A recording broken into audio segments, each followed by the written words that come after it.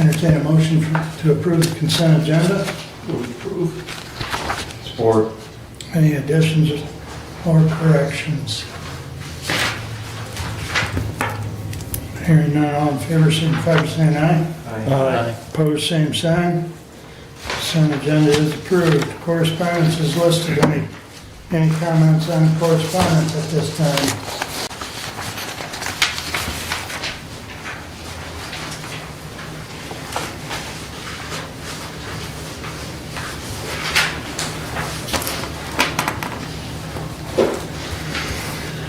Hearing none at this time, we'll move along to regular agenda.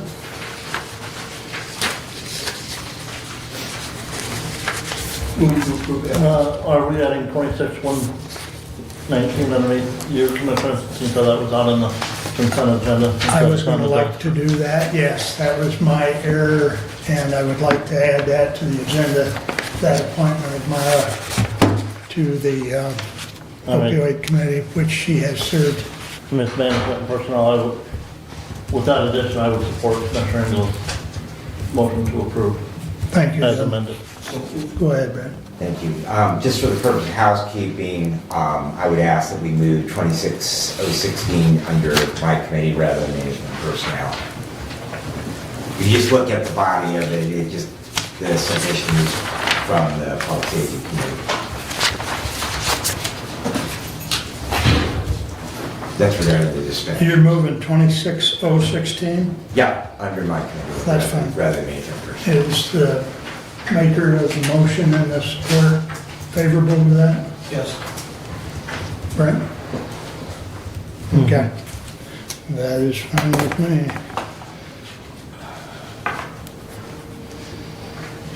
Any other changes? I suspect we should vote on it as amended. All in favor, signify by saying aye. Aye. Opposed, same sign. And the agenda as amended, all in favor, signify by saying aye. Aye. Opposed, same sign. All right, the agenda is approved. And Chuck, you are up next, sir. All right. Thank you. Good morning. Hey, good morning, everyone. Again, I appreciate the chance to talk to everyone here and give a little overview of the ISD. And I think it helps people understand what an ISD is and why it exists, because it's something that's there, but people may not understand completely. Last year when I was here, I was the interim superintendent. It kind of worked out, so now I am the permanent superintendent. I'm not permanent, I do have a contract, and I'm not going to work there forever, but it's worked out well, and it's been, I think, going very, very good. Really, I think it's nice to have an ISD superintendent that's got experience in the county and experience with the locals. Prior to the ISD, I spent 30 years in Reading Community Schools, so I feel like a local. I don't necessarily feel like an ISD superintendent in a sense. Anyway, the ISDs, there's 56 ISDs in the state of Michigan. They're all a little bit different. They're unique to the areas that they specifically serve. And so our ISD here is there solely for the purpose of supporting the local school districts. And we have 10 in the county of Hillsdale. We have 8 traditional K-12s, and there's 2 charter schools that the ISD does serve and support. And again, that is the sole purpose of an ISD. It's not its own district, and I try to make sure people understand that. The ISD doesn't have students, they don't give credits, they don't graduate students. They do it all on behalf of the locals. The ISD has 9 classrooms that they do run for special education purposes. There's 3 ASD classrooms, but that's autism spectrum disorder. There are 2 what they call MOSI classrooms, that's a moderately cognitively impaired classrooms. 3 what they call ISP, which is intensive support programs. Those are students with usually with emotional impairments. And then there's 1 young adult services classroom, and those are students that are 18 to 26. And again, the ISD operates those. Those are called cooperative classrooms because there is a cooperative of all the districts in the county, and the ISD serves them on behalf of those locals. So, but all of those students are, it could be a Jonesville student, a Walden student, a Hillsdale student, a Reading student, that all come together. And when those students earn credits and when they graduate out of those programs, they are getting their local diploma, they are getting their local credits. Overall, as an ISD, it's kind of broken up into 3 areas. You have general education, you have special education, and then you have vocational education. General education provides some of the services like literacy support. That's a big push in the state of Michigan, which is important. You know, you may have heard of the 3rd grade reading law. They want every student to be a grade level by 3rd grade if possible. So a lot of that support is done there. Our particular ISD is very special education heavy. It provides a lot of those special education services like those 9 classrooms I talked about. And then the vocational education, that's basically our career center, which is a huge support and opportunity for students to learn skills and careers for, you know, what we ultimately want all our students to become, you know, educated and productive citizens. That's what, you know, that's the goal. There are also some operational services that the ISD provides support to districts. If they are transitioning, maybe it's in with business management, the ISD will provide support. If there's payroll services, they will provide support. There's been things in the past, cooperative purchasing through maintenance and custodial, so you can get better deals. The ISD can be viewed really as kind of like, it provides efficiency for the locals, and it provides some of those things that a local on its own couldn't provide. You know, like the Career Center, a local can't provide all of those CT, career technical education offerings on their own, so when it's done as a collaborative, it's so much more efficient. Which is one of the things I think our ISD, and people may not realize, is very efficient and gets a lot of bang for their buck in a sense when you compare what we have for revenue to a lot of the other counties. If you look at the Branch County, that's our neighbor. If you look at the total student population in Branch and the total student population here in Hillsdale, they're very similar. They're within a couple hundred students. But, for example, in special education, and I was just reviewing it this week, the special education budget here in our county is $15 million. In Branch, it's $23 million, almost double. You look at our Career Center. Our Career Center total budget is $3.5 million. Over in Branch, it's $9.5 million, triple. So I think we can be very proud of what we're getting out of what we have here. We're stretching everything and being as efficient as possible and really doing some good things and providing a lot of services that help our students.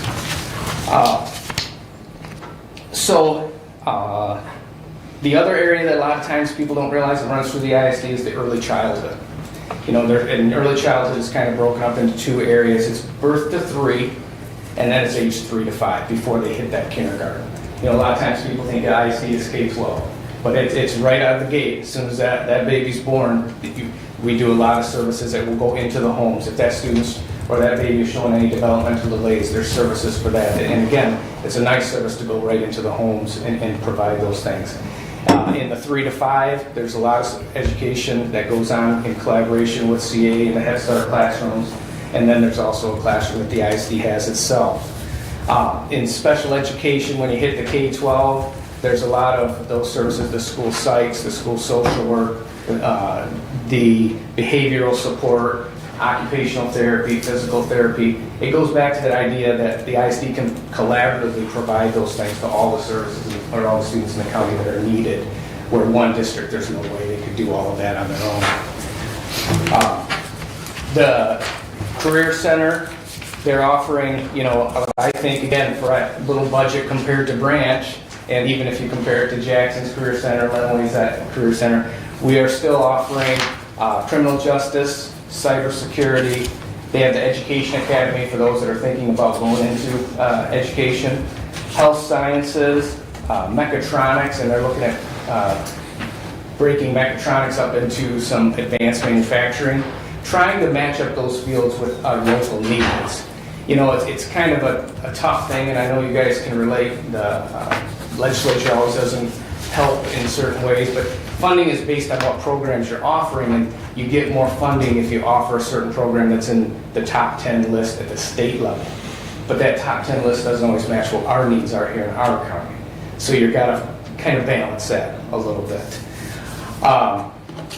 The other one that we have, construction trades, that's a big one, and a lot of students take advantage of, and they're looking at expanding that. The game plan right now is to build at least 2 more homes, and then look at maybe branching that off a little bit to where they can specialize into HVAC, into more electrical, those types of things that, again, matches up our need that our county has, but also an interest that our students, setting them up for success in the future. We're also exploring some business services in the Career Center, some help programming for that, and then auto body, auto tech, how we can get some of those kids. We can't financially necessarily have a whole program, but they're opening up some different avenues where students could get into some businesses and receive that training and those opportunities that way. So working on that. ISD as a whole, it has over 140 employees, so it's a pretty good sized operation. Like I said, about a $30 million total budget.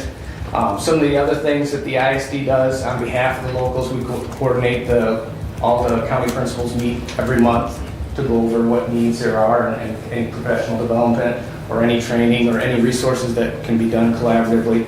We have the county superintendents that all meet every month and talk about any issues and how we can, do the best we can. And right now, I will say it's kind of nice.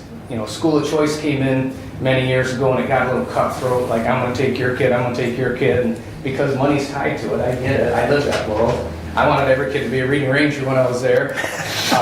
But it's nice that there's a collaboration mindset now, and it's like, these are all Hillsdale County kids, and we're all in the same fight, so let's make everyone's kids the best that we can.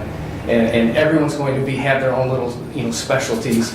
If you think of Waldron, you're thinking of the ag program that was historically great down there. Everyone local's still going to have that, but when it comes to doing the best thing for our kids, it's kind of a nice mindset across the board. Some of the things we're looking at in the future as a county, trying to identify ways to help kids as early as possible if they have needs. And when I say needs, it could be that student that's having trouble reading. It could be a student early on struggling in math.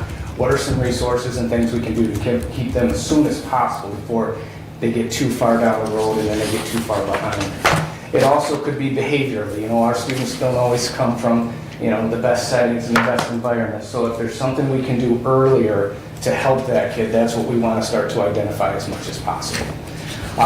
Another conversation we've started to have is on the other end of it. What about these students where the school environment is just not a good place for them? Whether it's a safety issue, maybe they've been expelled.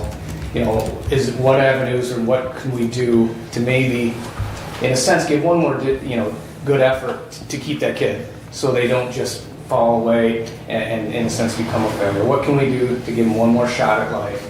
And we know when you're in a school system, you're educating the masses, and not all students can necessarily function in a school system. They need some alternatives, and that's what we want to explore so we can try to meet all of the students' needs.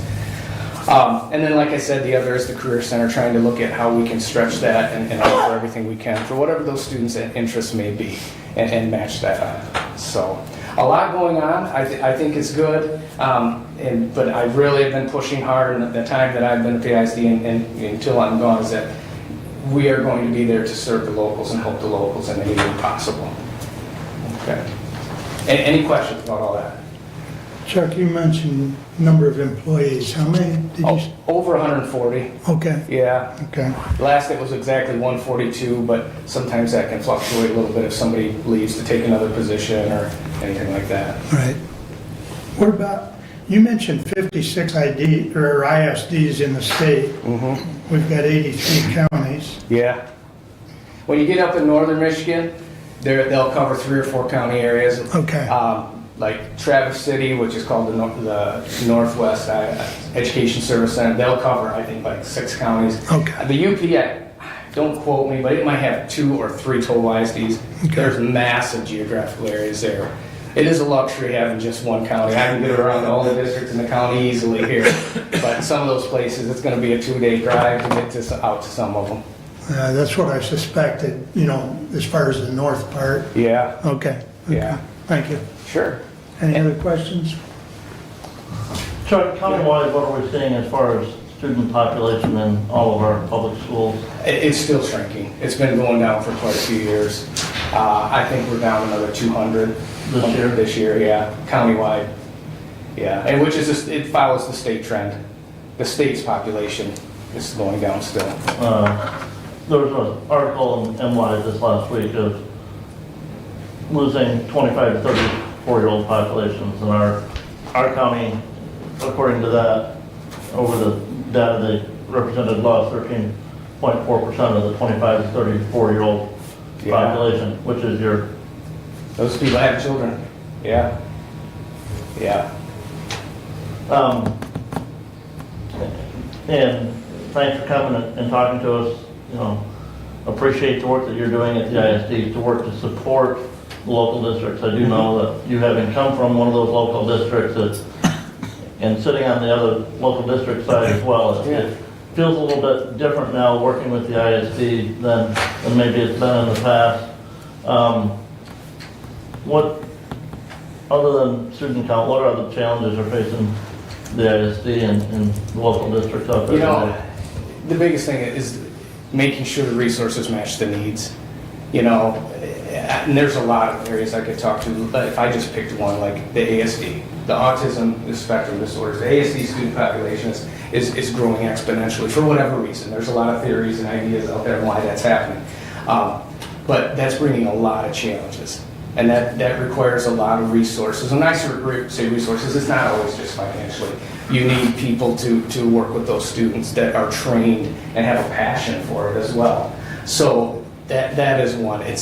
That would be the greatest thing, is just matching the resources with the needs, because the needs are really growing. And you mentioned earlier, I think, helping those families with even children who are showing signs of slower development, even when they're younger. I appreciate the work that the ISD is doing in that. I know firsthand of a family that has a 2-year-old who is Down syndrome from birth. And there were in-home services that were provided, and now that child is also going to the ISD, I think, for an hour a week for some of that developmentally training. Yeah, and that's the biggest thing, and I guess another change, making sure people are aware of all of the services that are available, especially in the early childhood areas. Speech services are huge. When that student starts to show delays, let's get them up to speed so that delay doesn't grow. And I appreciate you saying that. I do, even at the ISD superintendent, I still feel like a local superintendent and having that mindset. And, you know, and I hope you don't mind sharing, I enjoyed going down to Waldron when Waldron was without a superintendent. If a local district's without a superintendent, you legally have to have a superintendent. And if they aren't able to name an interim, it all falls to the ISD superintendent. So it makes a little bit more work. But I enjoyed my time doing that for Waldron because I got to work with another Waldron school board and other staff and get to see what their culture is like and what their feelings and beliefs are. And so there's multiple districts that I've been able to work really close with. And I take it as a good thing that I'll hear from 4 or 5 different superintendents in the county every day. And I know when I was sitting there reading, I never called the ISD superintendent for anything. But most of the time, the ISD superintendent didn't live in the county, wasn't from the county, so I kind of thought, well, they probably can't relate to what I need. But now they call all the time, and I'm really glad they do. How are the districts that, I mean, I had a conversation with Mr. Caswell last night. I think he said North Adams has got somebody, but not necessarily full-time until this fall because they were on commitment, so. So North Adams has an interim currently, Mary Halley, and she's going to do it till, I believe, July 1st, and that's when their superintendent that they've hired, Wendy Moore, is going to take place, or take the position fully. So, and you never know, in education, and it's a challenge. Another challenge you mentioned is turnover in education is an issue. Consistency is the key to anything. If you have those people that are there and grow and become passionate, and that can make a difference. But when you're turning over all the time, it's always like starting over, and that's tough. How many students countywide are in your program for going into education? Because I know that that's also a challenging aspect, is finding teachers. Yeah, right around 20. You may have seen it recently how they said that there's record numbers statewide of people going into education. Well, it's the most it's been since 2014, I should say. It's a little deceiving because it still isn't as much as the openings that are there. So, for example, like 7,000 people are going into teaching, but currently there's over 8,000 open positions unfilled. So we're still not getting there, and we've got so many classrooms with substitutes, and credit to them, they're working hard and doing what they can, but they haven't been fully trained, and it may not be a true passion for them to step into a classroom, because it's not easy. And any of you want to, I'll take you to a classroom, and you can fill in for the day and see how it is. But you know, it's unfortunate that shortage is there, but it's a reality. Depends on what grade you want to stick me in. Yeah. I don't know, you might like kindergarten. You know? Yeah, So- that might be better than the older ones. Right. But it's still a great profession. If that's your passion, it's a great profession. It really is, and it's very satisfying, that's for sure. But it's not easy. Not easy at all. Now Katie's doing 5th grade at Tecumseh. Oh, gosh, how many? Has she been there for a while?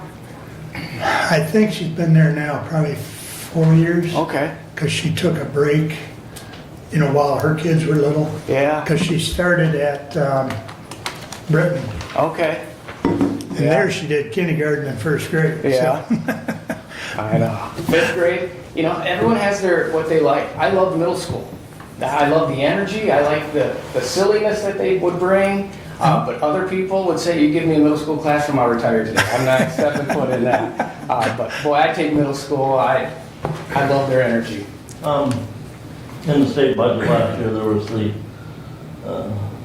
money for mental health and public and safety for districts. How many of the districts in the county agreed to take that with the language restrictions of the legislature? Yeah, I don't think any did. The 31AA funds, yeah, for school safety and school health, I don't think anyone took it out of fear of some of the strings that were attached to it. That I'm sure you guys are aware, the risk of losing governmental immunity, attorney-client privilege, those types of things. Which is unfortunate, because the dollars were being used in the past, and they're very much needed, and they can make a big difference. But that long-term impact is scary, because, you know, if you took those funds, it wasn't like you were under those conditions for just the time of the grant, like a year or so. It was forever. And so it was a big decision. And I think that was out of the governor's office, correct? Yes. Yes. Yes, it was. And it was challenged in court. A group of districts and ISDs did challenge it, and they ruled in favor of the state. So now it is being appealed, but in my opinion, it's not looking real favorable. Okay. They're looking at the budget for next year. You know, February is when they usually have the revenue conference. The School Aid Act is looking solid, like they're projecting it between a 2% and 3% increase. But the issue, the general fund is looking down. So then you start wondering, well, what are they going to pull from school aid to fill and backfill and start playing those games? You know, that's the tough thing about schools. People, I just had someone get on the ISD board that didn't realize this. You know, every school district in ISD in the state is required by law to adopt a budget by June 30th. You've probably said it on a bunch of those meetings. But the tough thing is you're adopting a budget with no idea how much money you're going to get. You don't know, because it's based on student count, so you really don't know what your student count is. And how much you're going to get per student. The state may not adopt a budget by June 30th.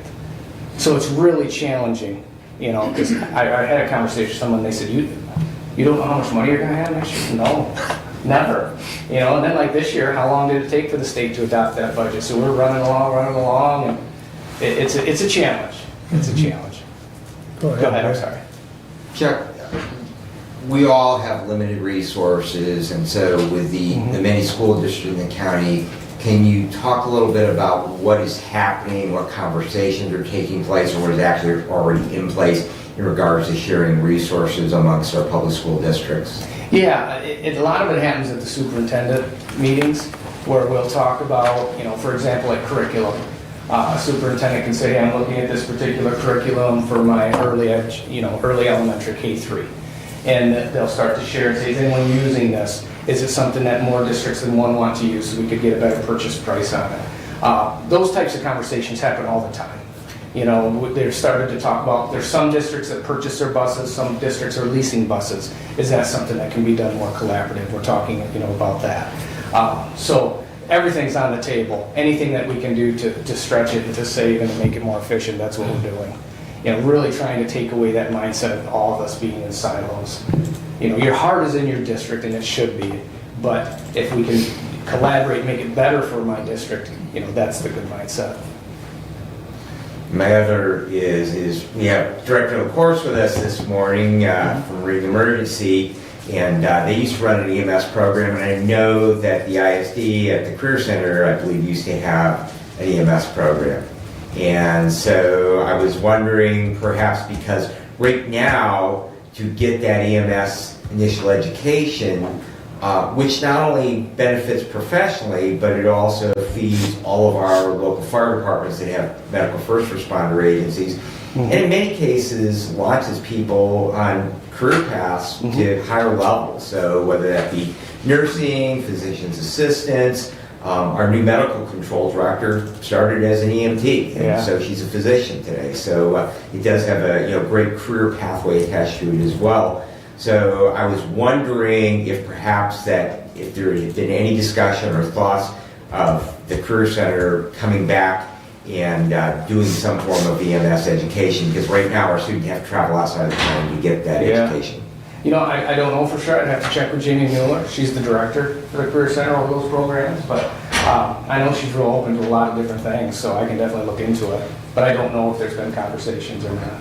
And if you're asking, I'm assuming there may not have been. So I'm sure Lynn would be delighted to speak with you. Yeah, I bet. Absolutely. Yeah. And Jamie's actually involved us on several different programs she's been involved with, so Okay. she's reached out to us, which Good. is great. But yeah, anytime, Yeah. because we did hire multiple students right out of that program, Yeah. and they were great. So That's good to it's hear. something that we would love to have again, Yeah. if it's available. Okay. Good. Thanks for that. I've worked with young EMTs from other counties that when they graduate from high school, they have both firefighter 1 and 2 and their EMT. And that is an amazing, because right now, basically, if you have those two things, you can get a job in a career fire department pretty much anywhere in the state of Michigan. Nice. So, Okay. lots of opportunity there. Thank you. Go ahead, Doug. Yeah, so you mentioned $30 million is the ISD budget. Yeah. Can you describe where some of the funding or where all of the funding comes from? Well, a majority of it is, comes through the state, but some of it is millages. The breakdown is the gen ed budget's right around 10 million, and the majority of that comes from the state of Michigan through, everyone's paying their various taxes and sales tax and so forth that goes through that. Special education is about 15 million. 5.6 million of that comes from the local millage here in the county. If you get your taxes, I'm sure you see the special education ISD millage on there. And then the other is the Career Center. Like I said, it's 3.5 million. 2.4 of that comes from the Career Center millage in the county. And that's what makes a difference when you go and start looking at some of the other ISDs in the other counties. For example, the special ed millage here, I believe it's 4.6, but I'd have to double check it. 4.6 mils, I can, some right in there. No, it might be less than that. It might be It's 2.9. less than that. 2.9. Might be 2.9. But that 2.9 mils, okay, so let's say it generates about 5.6 million. 2.9 mils in Branch County would generate probably double, triple that, because of based on the property values. And then the other counties, like a branch's special ed millage is double what Hillsdale's is. So they're pulling double the mills, and their mills are worth so much more, so they have so much more revenue.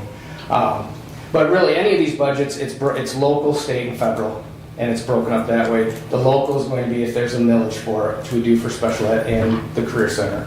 The other's coming from the state, and then there's a little bit of federal money. For example, for the Career Center, it's something called Perkins. They get a little bit, and I say a little bit, they get like $60,000 roughly in federal money. Special ed, I don't have the breakdown, but it's a much smaller percentage than the local and the state as well. Thank you. Sure. Yeah. I went to the senior center breakfast the other day, and Representative Wertz spoke at it. And I don't know if you've heard or not yet, but she's talking about they're going to introduce a bill to give grants for like Hillsdale County to combine schools to cut down the number of schools in our county. Yeah. She was talking like each school for just a superintendent and principal is like $200,000, and we have so many public schools that a lot of that money's from their budget is going to the supervision, and where in other counties such as Branch, they don't have that many schools, so that it's more money for the school. Yeah, and you can, the efficiency is there. You know, like, for example, I said Branch and Hillsdale have similar student counts. Branch has 3 school districts, we have 10. You know, so it is 10 different systems, and you know, it's something that to look at. Those are called consolidation grants, and they've been around a while. The state's trying to kind of incentivize districts to join up for that purpose to potentially be more efficient. There's good and bad to those things. Well, I get that. I don't think anyone wants to lose their neighborhood school or their little school in their town, and because there's pride and it's important. And I think that's when you can get those families that are generational that attend. I think that can be really good. But then you have to look at too operationally when you have a district with just a couple hundred students and another one with a couple hundred and another one with a couple hundred. If they were pulled together, maybe there's more offerings that could be done for the students. That has to be done really on an individual basis. You know, they've talked about consolidation for years in the county, and there's a couple ways you go about that. If 2 districts were to consolidate, they become a completely new school district. Okay, and just for example purposes, like since I was at Reading, say Reading and Camden were going to join up. They were going to consolidate. Then Reading Community Schools and Camden Frontier Schools would completely go away, and one new district would be formed. That's consolidation. The other option is annexation. So if I'm at Reading and say Camden I'm going to annex Reading, then what would happen is Camden would become part of Reading School District, and Reading District would be the big district. That happens if you're going to consolidate. That has to go to a vote of the people in the district, and both communities would have to agree. If it's an annexation, then the district that's annexing would need board action, but the district that's being annexed would have to go to a vote of the people as well. So it's quite a process. It's happened a couple places. Britton Deerfield, if you're over in that area. Albion was a district that just dissipated, and they were annexed by Marshall. So there's a process in place, but there's a lot to it. And again, I'd say, you know, there's good and bad to it. Oh, yeah. I you know, as the IC supervisor, I don't want to sit here and say, well, you should go away and you should not, and things like that. But no, Exactly. it's definitely a worthwhile conversation. It is. It's good that it's being discussed. I think the only one that we've had in recent years here in Hillsdale would be Litchfield and Jonesville. But no consolidation. There's no consolidation. No, Didn't they vote on that? No. They're still there. Okay. Yeah. Vote, did they have a vote on it? I don't recall them even voting on it. Yeah, I don't think they got that. Okay, because I know there was a lot of discussion. They just opened up Jonesville, and Yeah. because of school of choice, Okay, over half the students went to Jonesville when they did their big addition. But no, there's no vote on it. or anything. okay. I couldn't remember, but, okay. Well, we do have 2 consolidated school districts in the county. Yeah, would that be Camden Frontier and then North Adams Jerome? Rome, yeah. Right, Well, right. we have more than that, because Waldron is technically a consolidation of Waldron and Prattville that happened Oh, years ago. years ago. And Osseo is incorporated in Yeah. Hillsdale, so. Reading, Those, yeah. though, that the previous identities have pretty well disappeared, whereas at least there is still the identity of those 2 separate Right. school districts. Yep. Okay. Any other All right. questions?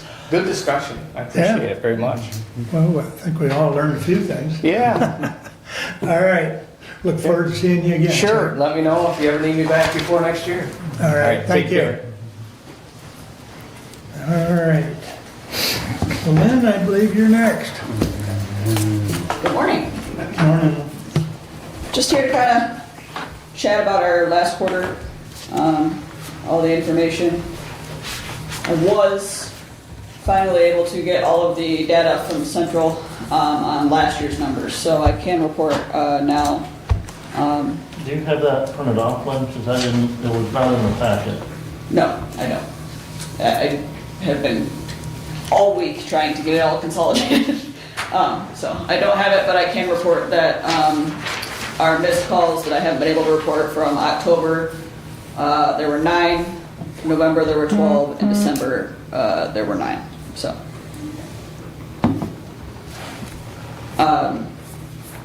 Hopefully there will be no trouble getting those numbers in the future, so I'll be able to report again as we had before. They do come to me in about 5 different reports, so I have to go through and consolidate all that information, so it takes a little bit of time. Staffing wise, currently I've got 3 full-time paramedics, 5 casual, and myself in the office.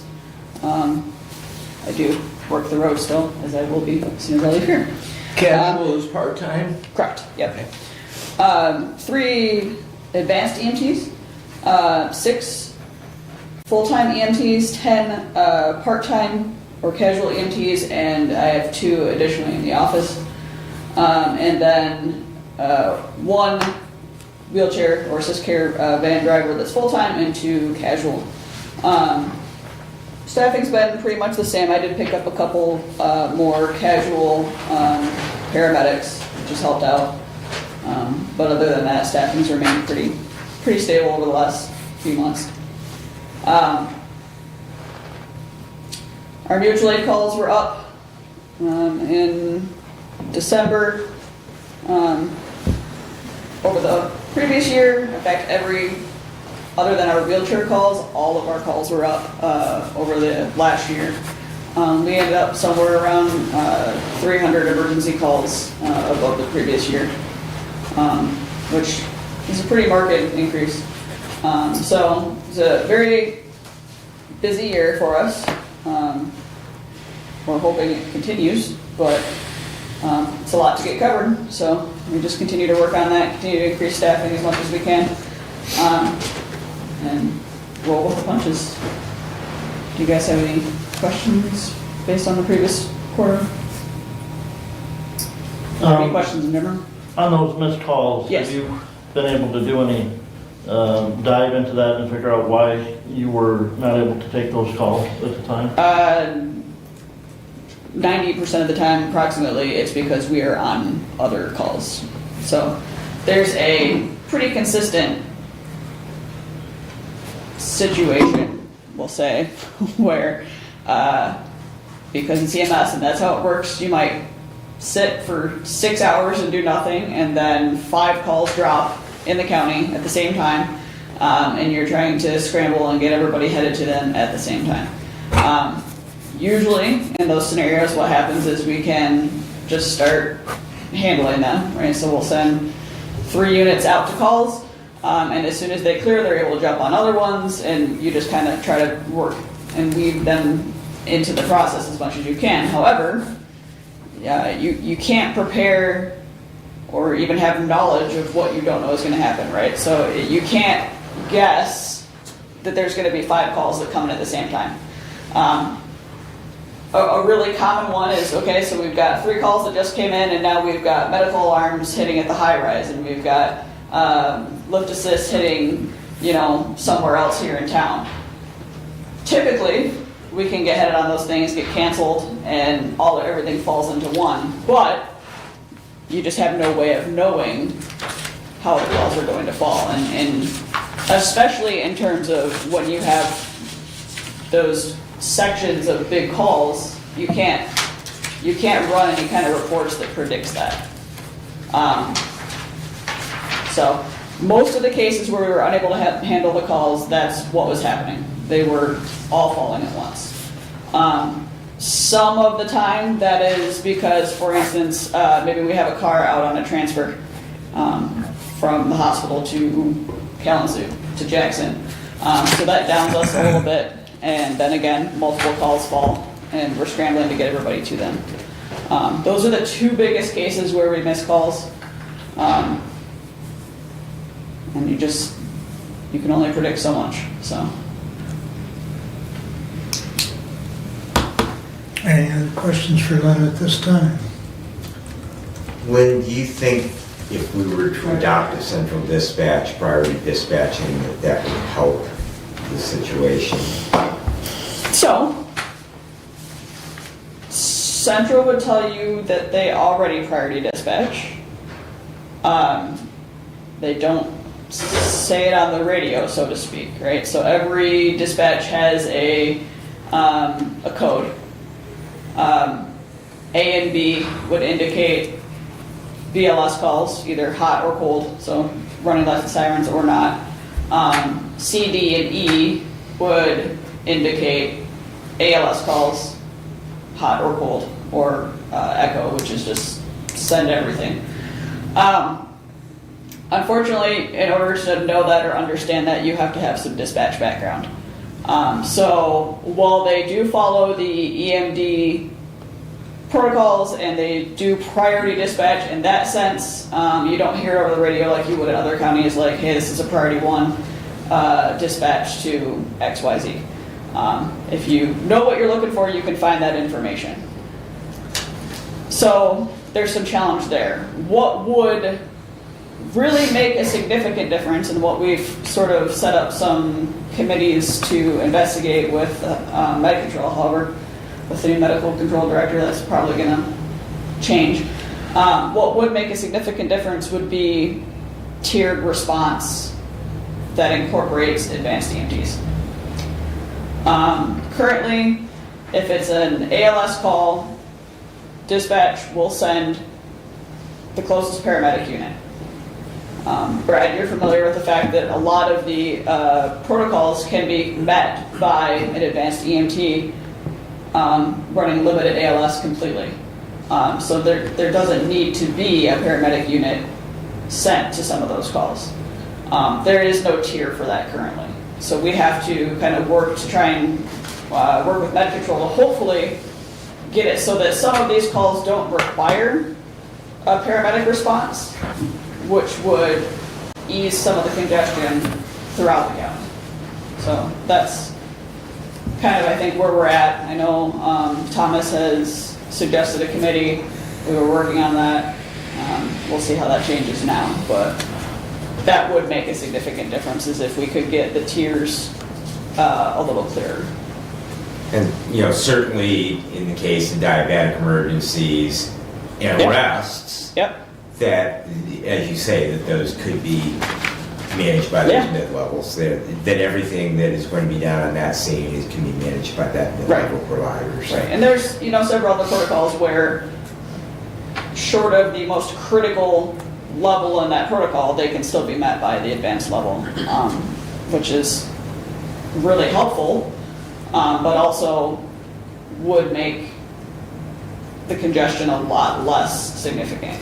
So, What I'm really thinking more on, though, because your very low priority calls, I'm not aware of, but again, I don't listen to 100% of the dispatch traffic, but we have a lift assist at the high rise, all right, and station 2 is put on that, and a difficulty breathing call drops, let's say, in Litchfield. Do we currently take that unit that has been dispatched, that lift assist, off of that call and then send them to what is that higher acuity patient? Right. Or do we leave them on that lift assist? So typically, Central will not redirect a unit. If my crews are in such a spot that they can hear that that's happening, they will often redirect themselves to the higher acuity call. Or say, what's happening in Litchfield, as you suggested, my advanced crew is here in the city, or my paramedic level crew is here in the city, they are able to say, hey, we're going to go to that diff breather in Litchfield. Please redirect, the reading call or the reading station, which is BLS, maybe to the lift assist. So if our crews can hear it, we know that it's happening, we can redirect, but typically Central doesn't redirect. Sometimes they'll have someone who will say, hey, hold on, we just had another call fall at the same time, can you go there? But most of the time they won't redirect us. That would be helpful. Again, some of the challenges that we have is that we don't necessarily always hear the dispatches. Typically in that situation, you know, if they're in the ambulance, they would hear it and be able to redirect. But something that we run into a lot is if we're in the hospital, we don't necessarily have great coverage with the 800 radio system yet. That probably will improve when new towers come up. But, you know, we may be in the hospital turning over patient care and not hear that there's another call coming out. We go to hop in the ambulance and, hey, it turns out there's a call. Most of the time Central will let us know, like, hey, you're a little closer, can you take this? But sometimes we just don't have that great radio communication, so it's a challenge there.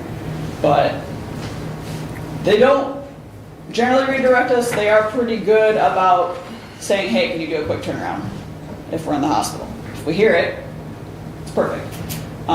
So there are some challenges in that sense that I would like to see some improvement with. I think that we will see some improvement with better radio coverage as the new towers come up, but it's just one of those things we have to kind of work around right now. So they should come online July.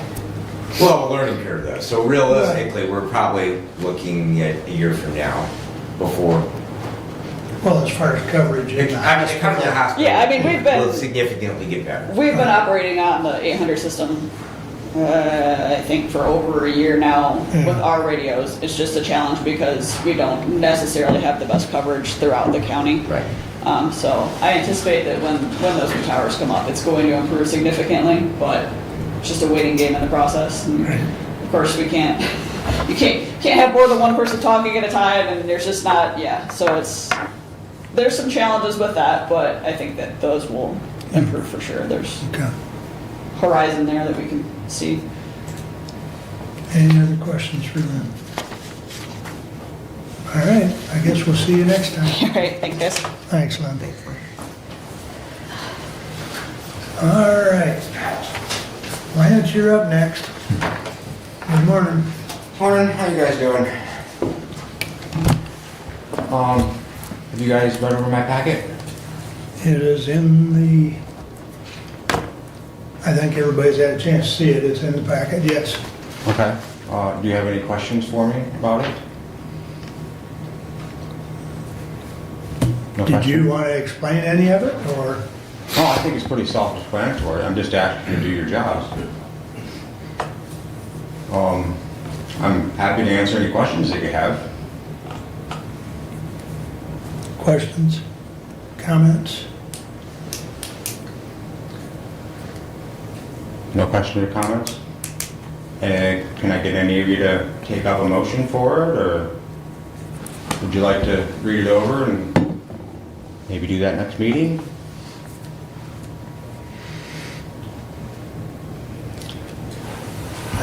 Anyone? I mean, it is kind of important to secure our elections, don't you think? You guys realize that it is part of your responsibility to do that, right? Go ahead, Doug. So my comment, Lance, is that it's currently in the courts.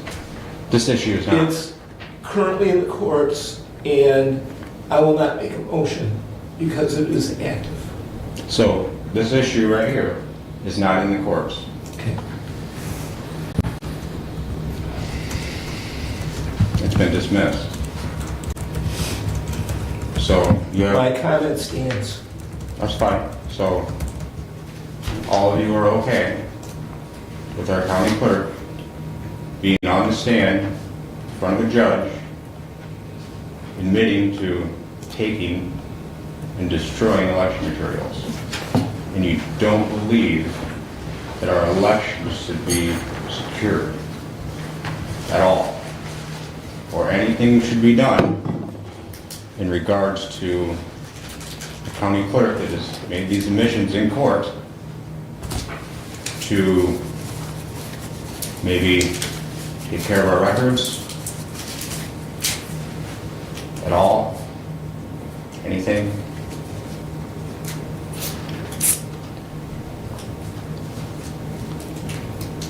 last meeting, I made the comment that, there's 3 branches of government, and we are not part of that judicial branch. Correct. You're not judicial. Not at all. Correct. And so I think Doug's comment is appropriate, because we're more the legislative branch. Yeah, and it falls within your duties to secure our elections and our election paperwork and all that good stuff. It's all documented in that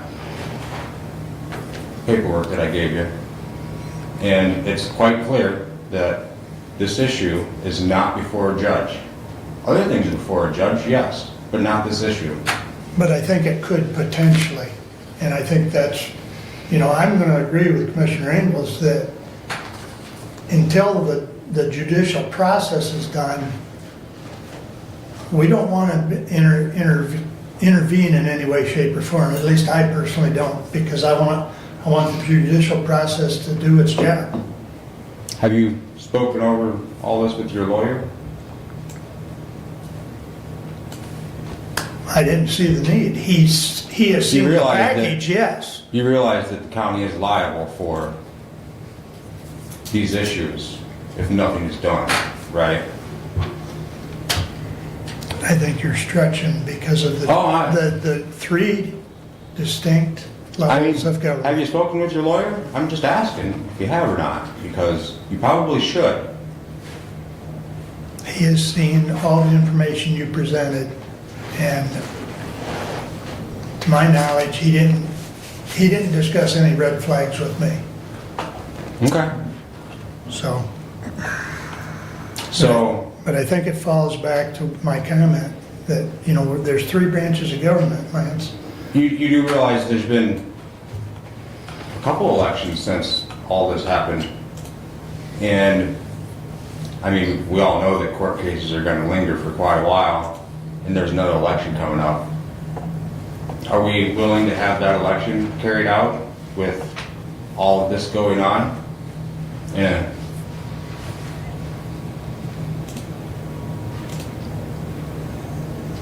I think you're borderline on making accusations when everybody is entitled due process. Oh, yeah, everybody's entitled to due process, but as far as I know, there's no charges even. Correct. Correct. Don't you think there should be an investigation into it? That's up to the judicial branch. I don't believe the judicial branch gets to make those decisions. I believe the county sheriff and the prosecutor and you guys get to make that kind of a decision. And if I understand the law correctly, and I'm not a lawyer, it sure looks like I know and the you've had, sheriff isn't opening an investigation, and the prosecutor's not opening an investigation, and it looks like you guys aren't gonna open an investigation or do anything about it. So what is Hillsdale County to do about these issues that are very blatantly clear to everybody in the county? I know you sent a lot of information to the prosecutor. She has been in contact with the county attorney. I do not know what her intentions are. That But- information has nothing to do with this particular thing. That's a She has complaint. seen this as well. So in some respect, it's all connected, Lance. Oh, I know it's all connected. Yeah. I'm glad you said that. I appreciate it. Well, I mean, it goes back to exactly what Doug said. So unless someone wants to bring it up, I think we're done. I mean, unless Oh, I you got agree. something further to say. Oh, I did my job. See, I made you guys aware and gave you the opportunity to, at least attempt to try to fix it. But, I mean, you can refuse, that's fine. Have a great day. Thank you, Lance. All right. With the permission of Mr. Leininger and Mr. Engels, I would like to move Kevin next, as I see Mary's here. Yep, I am fully agreeable to Are that. you two agreeable to that? Thank you. So Kevin, if you would take that up, and then Mary doesn't have to spend her whole day here. All righty. To the Honorable Board of Commissioners, we authorize the chairperson of the Board of Commissioners to sign the MSU extension agreement for extension services for the period January 1st, 2026 to December 31st, 2026. Furthermore, the county shall pay MSUE $132,933, which is the total county assessment for the fiscal year 2026. Payments of $233.25 will be made the first month of each quarter to the county fiscal year. Wait a minute. For the first month each quarter of the county fiscal year, and sent to MSU Extension Business Office, Justin S. Morrill, Hall of Agriculture, 446 West Circle Drive, room 160, East Lansing, Michigan, 48824. And I make a motion to adopt. Support. All right, is there any discussion on the motion? Mary, you have the floor. Oh, thank you. This is our standard memorandum of agreement that we take before all of our counties, and we, got everything approved in the budget when you did that at the end of December, and so we're just coming more as a formality, just to, ask you to sign it, and the budget is already there. We've got a small staff here in Hillsdale, but we have access to about 30 other individuals that are doing work in the county on any given year. So happy to answer any questions or talk with you more about the specific programs. Yeah. And as Barry indicated, this amount is what was built into the budget for 2026. We are past the 15th of the first month of the quarter, so and we forgot to even have this on the last meeting, but thank Mary for getting it put together for us and for the work that your staff is doing out there at the Extension office. So. Thank you. But refresh my mind, was this the same or increase? This was a 3% increase That's what over, I thought, About okay. 3% increase is what was requested, over the yes. prior year. Yep, that's what I thought, thank you. And I would have to go back and look, Commissioner, I was thinking that there was one year here recently where there was no increase. It's been several years, but yeah, 2020 there was no increase, and then a smaller increase in 21. Yep. Okay. Well, is there any further discussion on the resolution? Because we'll vote on that and then we can go into any other discussions or comments. My only comment is that I think Michigan State grad should have to recuse himself from this vote. 3, I think. Good thing I'm a U of M grad. So you don't I'm a have Bronco, so, So there's no quorum for the vote? yeah. Well, Commissioner, if we did have a conflict of interest and 3 of us had to recuse, the quorum is still determined by those that are still eligible to vote, so. One. Yeah, this is And- true. And, great that Mary's here this week because there is an event coming up, Just a a little- couple of events coming up this weekend, Yeah, we were going to get into that discussion after the vote on the resolution. Any further comments or questions on the resolution? Roll call, please.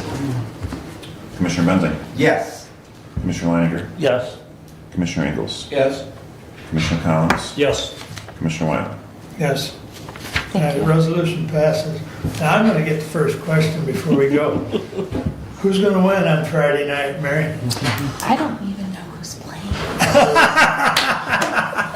This weekend. See, what you gotta- Friday night, What you gotta understand Is is, it basketball? Yes. Friday Yes, night, I don't watch basketball. Friday night and then play any planting, and then Sunday, the Michigan State ladies playing in Ann Arbor.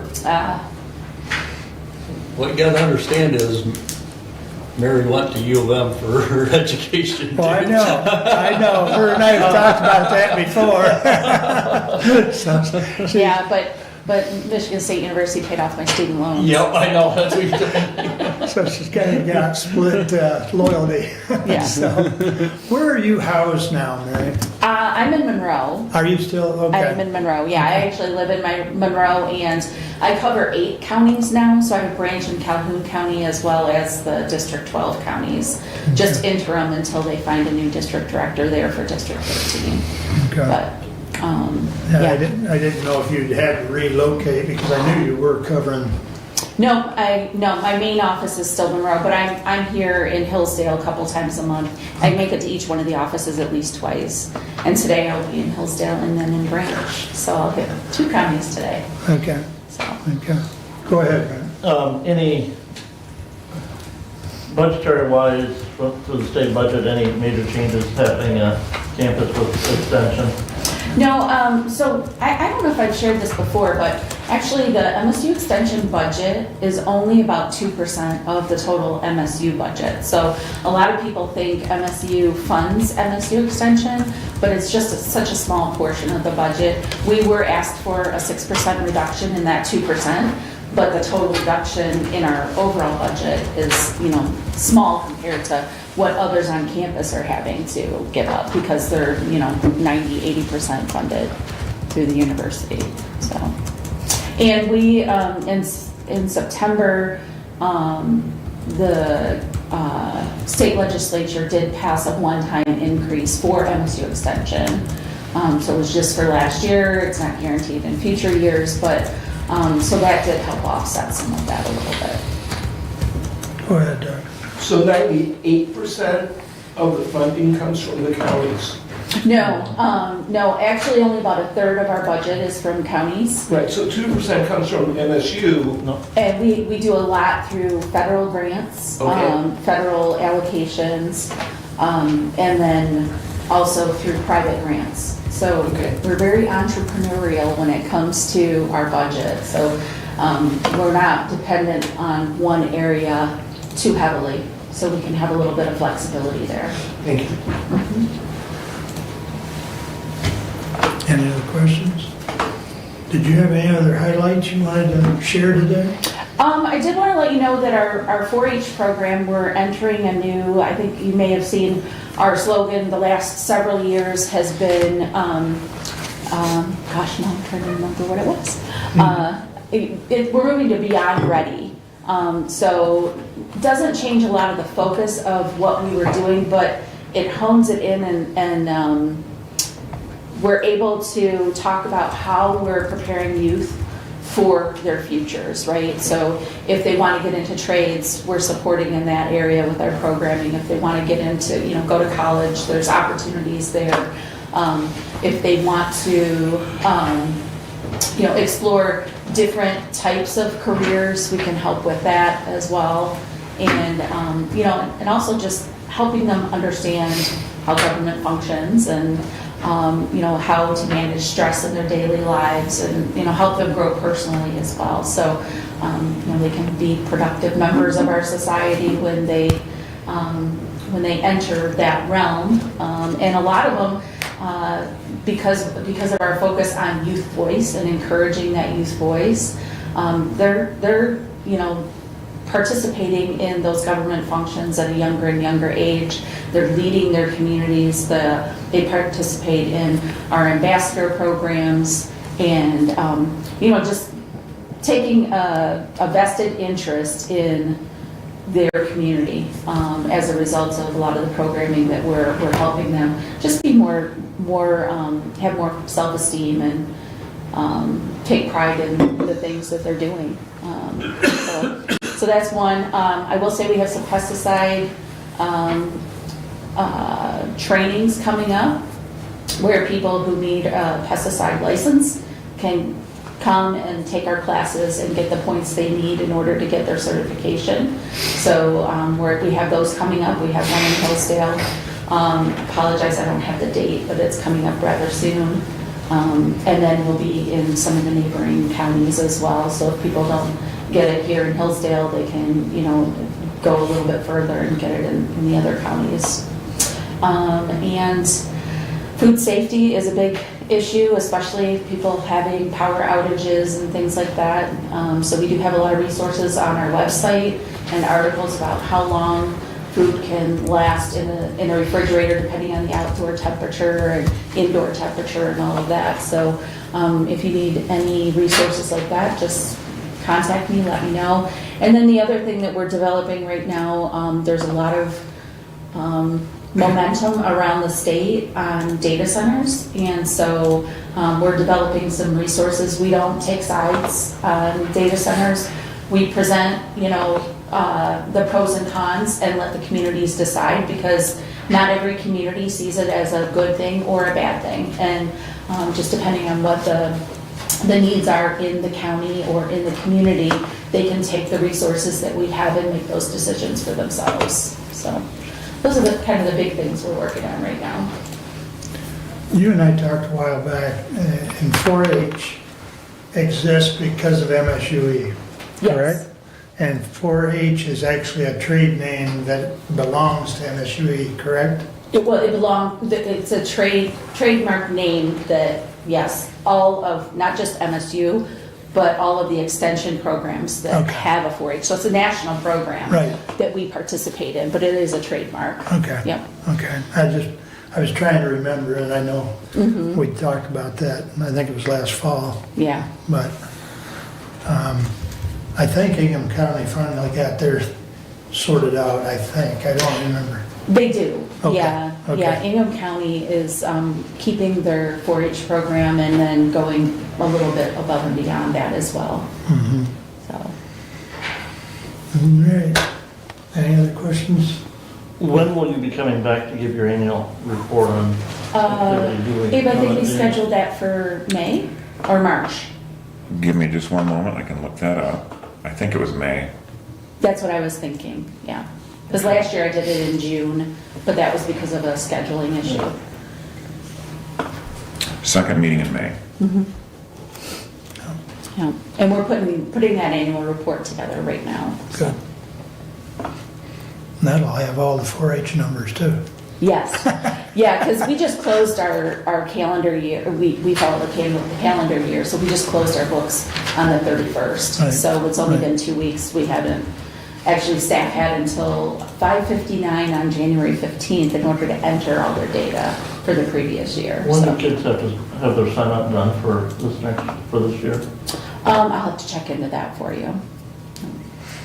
The signups are going on right now, and it might depend on Renewal or new? right, if it's a renewal, if it's new, but also depending on what they plan to show, if they're planning to show, they may need to get in a little bit earlier just to meet the deadlines for some of the activities that they have to participate in before fair. But our fair here is later than other counties, and so they may have a little bit of an extended deadline, so I'll have to check into that for you. And if you want to just send that to Abe, he can fire it out to all of us. I And will then do that way, when we go to our township meetings, we can mention it if we want to. So, appreciate it. Great. Any other, go ahead, Mary. Mary, I hate to come back to 4-H because MSU Extension is a lot more than 4-H. It really is. And I know that my wife has regularly taken advantage of the food educators, so that's a wonderful resource to have, and the work that Extension has done with cottage food law and helping those people who have those small businesses under that great thing. But coming back to 4-H, we heard earlier today we've lost 200 students across the county, and obviously youth is what 4-H is all about. So what is the discussion as those student numbers continue to drop, and it looks like that trend will continue. We are losing people in those childbearing years. I have 3 children, all adults in their 30s, one in their 40s, and none of them have children. That is not an anomaly. Right. And so, the number of young people out there is most likely the trend for the foreseeable future will continue downward, especially in rural communities like ours. So what is MSU's discussion, or what are they looking at, and what will that look like for Hillsdale County in regards to that trend? So a couple of things. I think we're not seeing the same trend in our numbers. We're staying pretty even throughout all of 4-H in most of the state. So that's good news, right? But we're not necessarily growing either. So there's opportunity there. We are just getting ready. This year we're going to be doing a needs assessment in each of our counties here in District 12 with our 4-H families, but with ISDs and with the local school systems to help us understand what are the programs that youth are most interested in, and if we don't currently offer that, how do we make that available to the youth to encourage them to participate more. 4-H is much more than just fair. A lot of people, even when they think about 4-H, they just think it's fair and that's it. We have a lot of spin clubs or special interest clubs where we offer, for example, here in Hillsdale, we've offered science education where we do, different science experiments and talk about like the science behind chocolate and creating chocolate bars and percentage of cacao and all that. And of course there's tasting involved too, so that always encourages families to come out for that. We have babysitting that we've offered. We have a number of different programs. And I don't know that we've offered it here in Hillsdale, but there's robotics.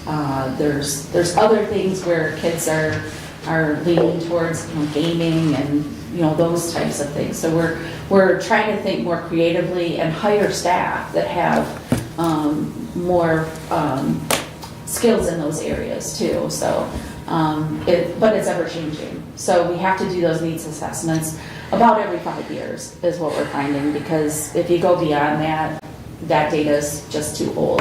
Sometimes, in some cases, we may need to go even sooner than 5 years. But we're here in District 12, we're starting to take that on as every 5 years. So you'll hopefully see that coming around here in the district, trying to figure out what is it that those kids are interested in, what do they want to spend their time at, what types of careers are they considering, can we work maybe with the Career Center to offer some opportunities there. And if you have any ideas, I'd love to hear them too. So.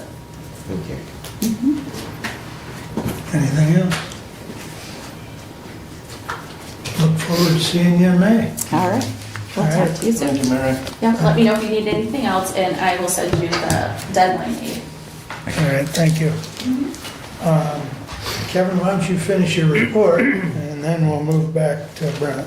So, Okay, had a Board of Health meeting the other day, and it was time to elect new chair people, and Commissioner Leininger is our new chairperson because Hillsdale is up for the chair, and St. Joe County, Commissioner Schaefer, they were up for the chair, and he got the chair. The vice chair. Vice chair. Vice chair, yep, excuse me. And there are, for our Hillsdale our health department, there are 4 companies as of right now looking to walk through for doing new bids on the HVAC's replacement system. They're gonna replace that as soon as they get I think the 29th, the bids are all due, and they'll look at them for that. And my other meetings were canceled. I did go to a transportation meeting where we talked about funding and also how many people in the county and out of the county do transportation for Hillsdale County. And that was about all that was discussed there. I think we've only had 2 meetings so far, and it's just trying to work through some of the things. And that's all I have. My other meetings were canceled because the ISD was closed. yeah, there's been a lot of that. Cold. Been a lot of closures. But I did see that probably over half the schools were back in session today, whereas everybody was closed yesterday. Yeah. Well, Is this is- Waldron closed today? I think Hillsdale was the only school. Yeah, I hadn't heard of any school that was open today. but- Oh, Reading and Camden are open. Hillsdale is. Yeah, my wife said The only something ones I about not saw- seeing Hillsdale on it. Yeah, the only ones I saw on the or on the Channel 10 ticker was North Adams and Jonesville, and I think Litchfield, so, I talked to Chuck before the meeting, he said about half the districts were open. yeah, that's still cold. We have winter every year. This is true, this is true. All right, any other comments or questions for Kevin? All right, Commissioner, I would ask for about a 5-minute break? 5-minute recess. That sounds good. We'll take 5 minutes. We'll be back at approximately 10:26.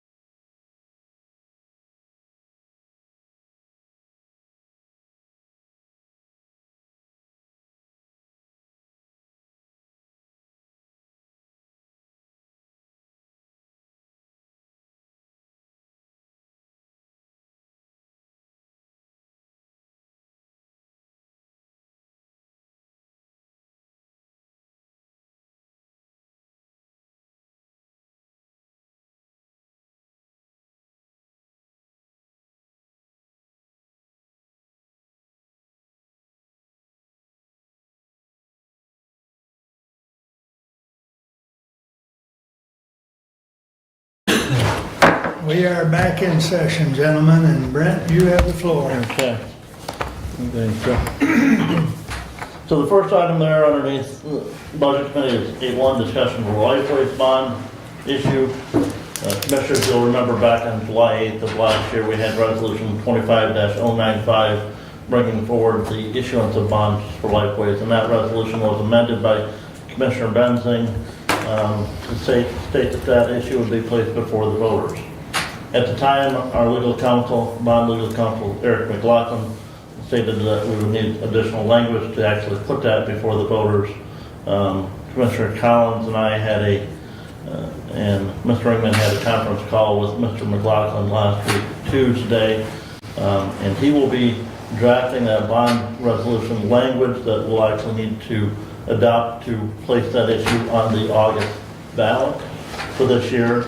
Our intent is to have that bond language at the February 10th meeting of the Board of Commissioners. As it stands right now, that bond language will be coming back, in essence, similar to the proposed language that we had before, authorizing the county to issue up to $15.5 million of bonds for the Lifeways mental health facility.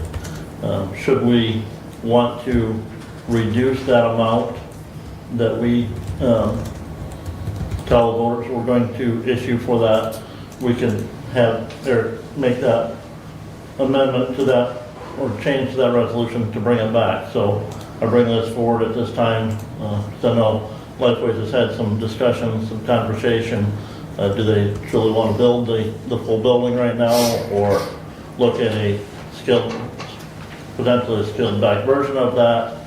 And so, again, as it stands right now, that language will be coming at the full $15.5 million, but if we want to reduce that, we could. And we could even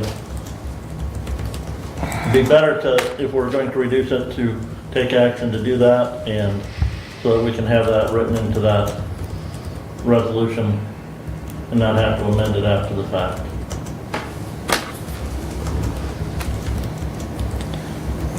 Commissioner, just to that, do we anticipate a formal request to change that, or would that be the plan then, to have a formal request from Lifeways to change that dollar amount? I guess that's one thing we did not discuss at all in that conference call with Eric, but we can, if we decide to, we can change that amount that we would tell the voters that we would bond for on that issue. But right now, I said it will be written at $15.5 million. I just made a note, I will get with John. He's been staying very well in tune with this, as well as Mary Beth and Cassie, but I'll find out if, I know there's been discussion about maybe phasing the project in 2 phases. The thought is that, maybe a lesser number is more palatable. So let me find out, I'll get that number. Okay. I'll get a number from them today that you can get to Eric, so that when the resolution comes to us on February 10th, it's got the correct number right in it, and then we don't have to amend it. So, is that acceptable? Yeah, it does need to come from Lifeways. Oh, I agree. As opposed to something that Yep, we decide. yep. I fully Yeah. agree, Doug. But again, that resolution will reference the proper statutes that are needed to put that issue down before the voters, so. Okay. Any further discussion on that item? All right, Okay. good. Please move along. I'm gonna hold off on the discussion of funding options for renovations of 25 Stair Drive until our finance director gets back in here. He went to print off a couple of other documents, so Yep. I'll continue on here. In the communications, in the packet, there was a Wellwide Services Community Needs Assessment Survey notice, and there is a a QR code there that'll take you to the digital version of that needs assessment. That needs assessment is done by the agency generally every 3 years as they prepare their 3-year plan of service for the area. If you want a paper copy of it, I can get you a paper copy. I may have one. Yeah. If you want a paper copy, I do have a paper copy that needs assessment. It's 69 total questions, and that needs assessment. So, but that can be done online, and the link for that is there, and again, the QR code is there, so that helps Wildlife Services plan the work that they're going to be doing in Jackson, Hillsdale, and Lenawee counties over the next 3 years as we then write that 3-year implementation plan with the providers that we work with. When does that close? I don't see that on there. Yeah, I did not ask that either, Commissioner.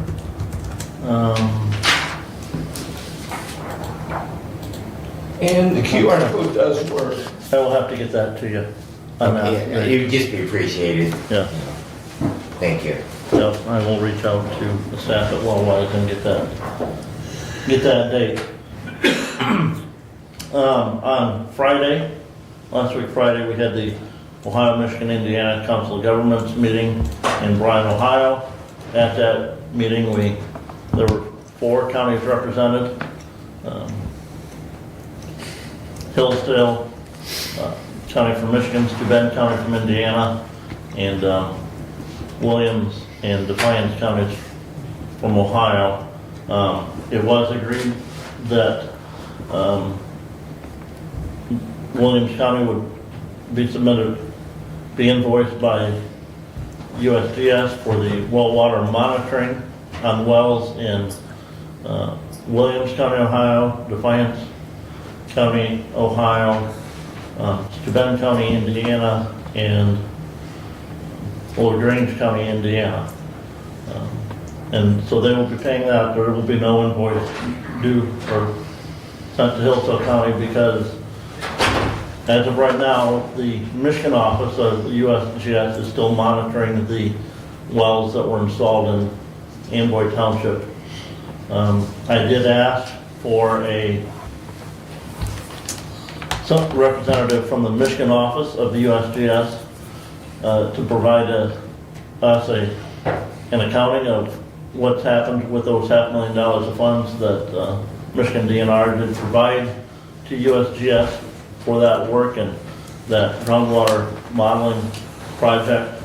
But again, that's because we're not the one who gave them the money. We'll see what we get for a reply from USGS.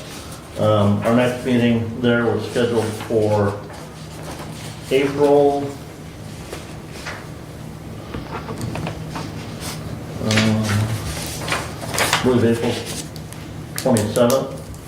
27th or May 3rd.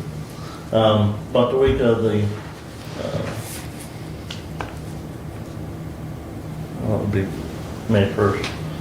In April, the USGS staff is going to be in Ohio and Indiana. And again, we're dealing with 2 US offices, the one that covers Ohio, Indiana, and Kentucky, and then the one in Michigan. The Ohio, Indiana, and Kentucky staff will be up flushing wells there in northwest Ohio, and so some of the commissioners may go out and ride with them and do some site visits.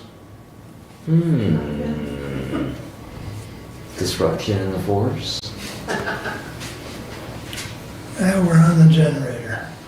BPU. Yeah, This is what happened yesterday. had problems yesterday. Yeah.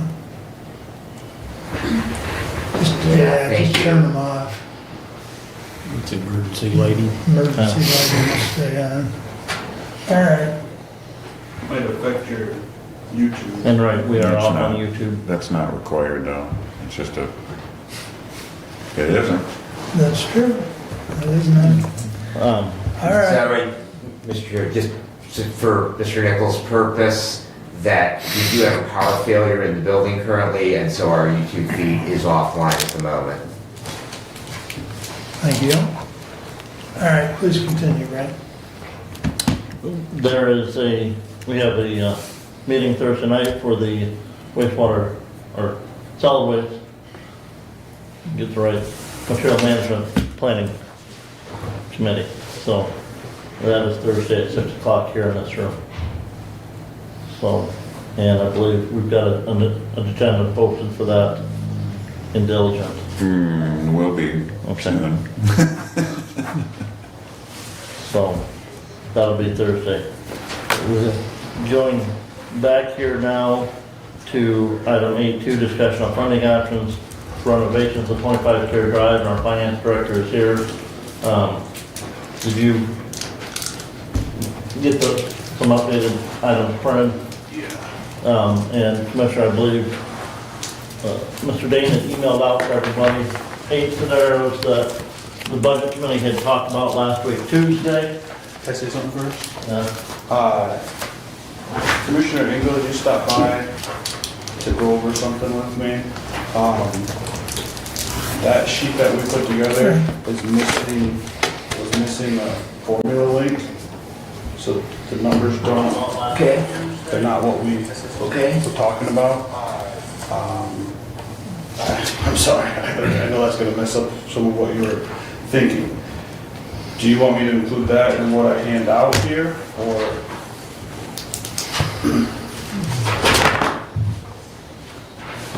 So you're aware. Is this with the change? Yeah.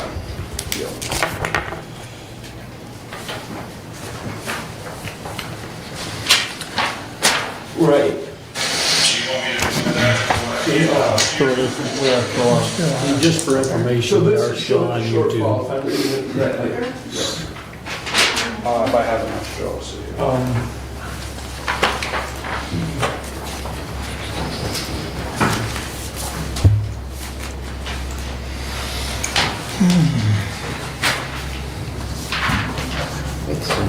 Can we take a break for about 5 minutes? We just had a break. I understand. That's my fault. I apologize. So that I can discuss tonight with the finance director.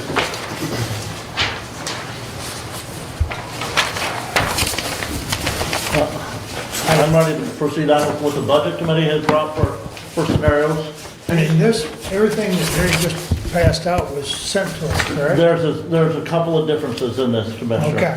Okay. Well, I'm sure you'll address that. I will.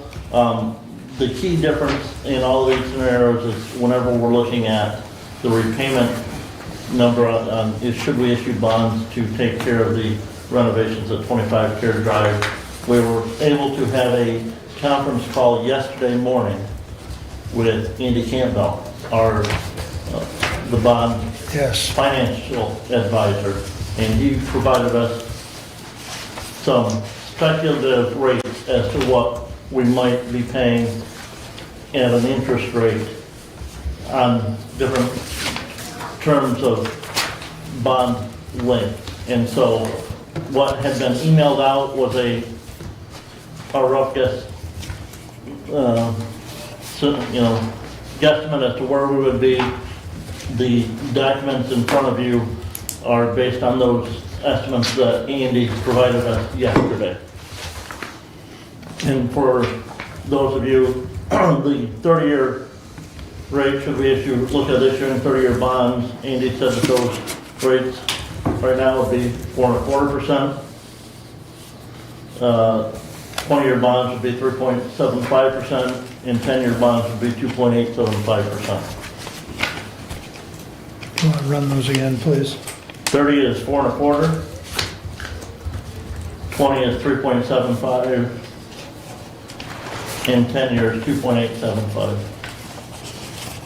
Thank you. All of the, A dispatcher, so therefore, I would say that is specialized training. I would concur.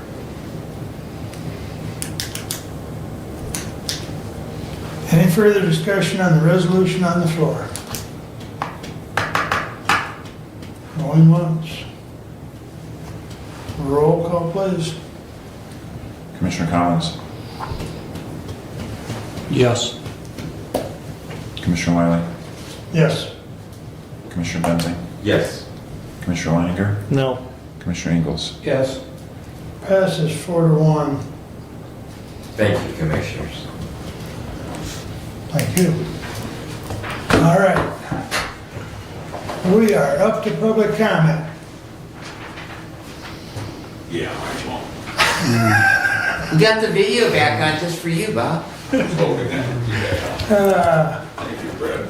Haven't seen you in a while, Bob. No, well, it's cold. It is. No, It right now, is. I need to ask if you would see about calling the sheriff. Come here. About heating Yeah. things up. Well, let's just say that I need to get arrested. My ex-wife is in town and she's pretty mean. So, give me a So first off, I wanted to ask, and again, I watched Abe in several places, and I hope he can make a comment afterwards about the hard decision on all the townships to go on board with signing on. And since we've had a lot of problems with in the past, and we're in negotiation of who is running the heart, coming from whatever sources, it just seems not a great thing to go through. And as well as what I was looking for, is he was stating it was because of your early voting process. And I don't see that being that. I want to see that the problem we had before with these machines doesn't mean that the county could put their own analytical ways into the machines and decide what the heart company, since we are contracted through, just undesirable to have it go that way. Other than that, thank you guys, and be careful out there. All right, stay warm, Bob. Anyone else wish to address the board? All right, thank you everyone for attending. Additional business, Brent? I have nothing. Kevin? None. Doug? None today. Brad? I wanted to thank Commissioner Collins for helping with getting the planning commission appointment for economic development. So thank you very much, Commissioner. I do appreciate your efforts on that. As Mark noted, I was at the legislative board meeting, was the only member of the public in attendance. They are here once a quarter, and we spend a bunch of money for community mental health, and so I would encourage all of you. I know I've seen Commissioner Ingles in the past, so I would encourage all of you at least once or twice to make the short drive rather than the longer drive to Jackson. So, and you might even get a snack out of the deal. So the board members defend those. And the last thing I have, Commissioner Wiley, you might be interested in this, or any of my other fellow commissioners that are interested in military history. Tonight there will be a program at Hillsdale College, speaker at 8 o'clock from the Center for Military History, and those are usually pretty good. My wife and I will be in attendance, so I look forward to being there. And if you don't have anything on your dance card for this evening and you're willing to brave the snow in the dark, probably will be a good thing, and that'll be at the Plaster Auditorium next to the Sherrill Center. So this squall should move through in the next 30 minutes, and that's all it is, a minimal squall. We really need to thank the city manager, Ben. Thank you. I got with her and she Surround yourself with good people, got that Commissioner, and taken you'll look care great. of. Thank you. All right. I don't really have anything other than go green. Go white. We stand adjourned.